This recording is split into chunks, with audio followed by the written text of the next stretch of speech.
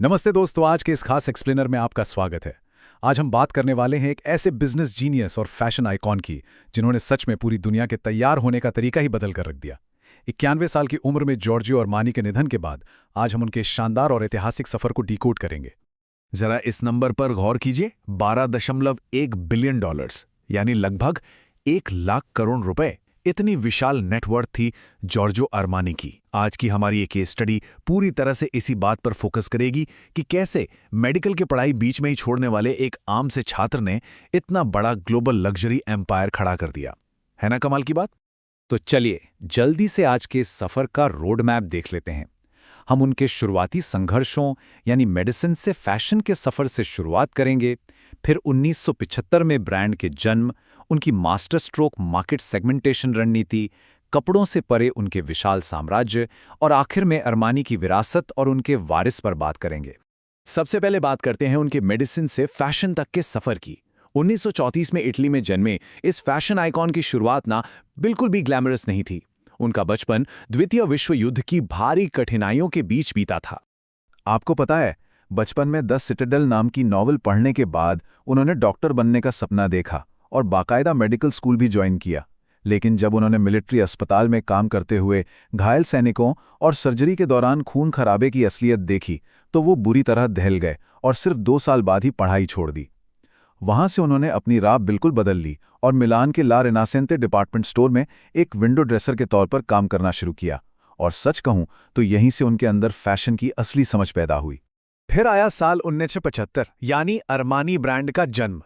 ये उनकी जिंदगी का वो टर्निंग पॉइंट था जहां एक क्रिएटिव कर्मचारी फाइनली एक बिजनेस ओनर में बदल गया। अब हुआ कुछ यूं कि मशहूर डिजाइनर नीनो सेरुटी के लिए काम करते हुए सारी बारीकियां सीखने के बाद 1975 में उन्होंने अपने पार्टनर सर्जियो गैलोटी के साथ मिलकर अपना खुद का लेबल लॉन्च कर दिया। उनका फोकस एकदम क्लियर था, सादगी और एलिगेंस। उन्होंने उस पुराने मिथक को तोड़ दिया कि महंगे कपड़े अनकंफर्टेबल ही होते हैं। इसके बजाय उन्होंने सिल्क और लिनन जैसे बेहतरीन फैब्रिक का इस्तेमाल करके एक रिलैक्स्ड और कंफर्टेबल लग्जरी की शुरुआत की। और फिर आया हॉलीवुड का वो जादुई पल, 1980 की ब्लॉकबस्टर फिल्म अमेरिकन गिगोलो। जब सुपरस्टार रिचर्ड गियर ने अरमानी का सूट पहना तो समझ लीजिए ये ब्रांड रातों रात एक ग्लोबल स्टेटस सिंबल बन गया। जूलिया रॉबर्ट्स और जॉर्ज क्लूनी जैसे बड़े बड़े हॉलीवुड सितारे रेड कार्पेट पर इसे शान से पहनने लगे। अब बात करते हैं उनके मास्टर स्ट्रोक यानी मार्केट सेगमेंटेशन रणनीति की। अब जो बात वास्तव में दिलचस्प है ना, वो है इनकी शानदार बिजनेस सोच जो सच में किसी जीनियस से कम नहीं थी। जरा उनकी इस कमाल की 3 टियर स्ट्रैटेजी को देखिए। पहला, जियोर्जियो अरमानी ब्रांड जो सुपर रिच और परिपक्व लोगों के लिए था। दूसरा, एम्पोरियो अरमानी जो ट्रेंडी और 20 से 30 साल के मिलेनियल्स को टारगेट करता था। और तीसरा, अरमानी एक्सचेंज जिसे खास तौर पर यूथ और मास मार्केट के लिए डिजाइन किया गया था। इस रणनीति ने ब्रांड की एक्सक्लूसिविटी को बिल्कुल भी कम किए बिना हर उम्र और आय वर्ग के ग्राहकों को बहुत ही चालाकी से कैप्चर कर लिया। टाइमलेस लग्जरी बनाम यूथफुल स्ट्रीट स्टाइल का ये कॉन्सेप्ट बहुत ही जबरदस्त था। 1991 में अमेरिका में लॉन्च हुआ Armani exchange youthful street style और एनर्जेटिक डांस म्यूजिक कल्चर से पूरी तरह प्रेरित था। ये युवा उपभोक्ताओं के लिए अरमानी के लग्जरी साम्राज्य में एंट्री करने का एक शानदार और सुलभ तरीका बन गया, जबकि जो उनका मूल ब्रांड था वो अपनी टाइमलेस लग्जरी पर ही टिका रहा। और बात यही नहीं रुकी, चलिए आगे बढ़ते हैं और देखते हैं कि ये साम्राज्य कैसे और फैला। उन्होंने कई अन्य सब ब्रांड्स भी बनाए, जैसे डेनिम के शौकीनों के लिए 1981 में अरमानी जीन्स, बच्चों के लिए अरमानी जूनियर और कस्टम हाई फैशन के लिए अरमानी प्राइवेब। मतलब उन्होंने लाइफस्टाइल के हर एक गैप को बहुत ही स्मार्ट तरीके से भर दिया। अब आते हैं उनके कपड़ों से परे के विशाल साम्राज्य पर।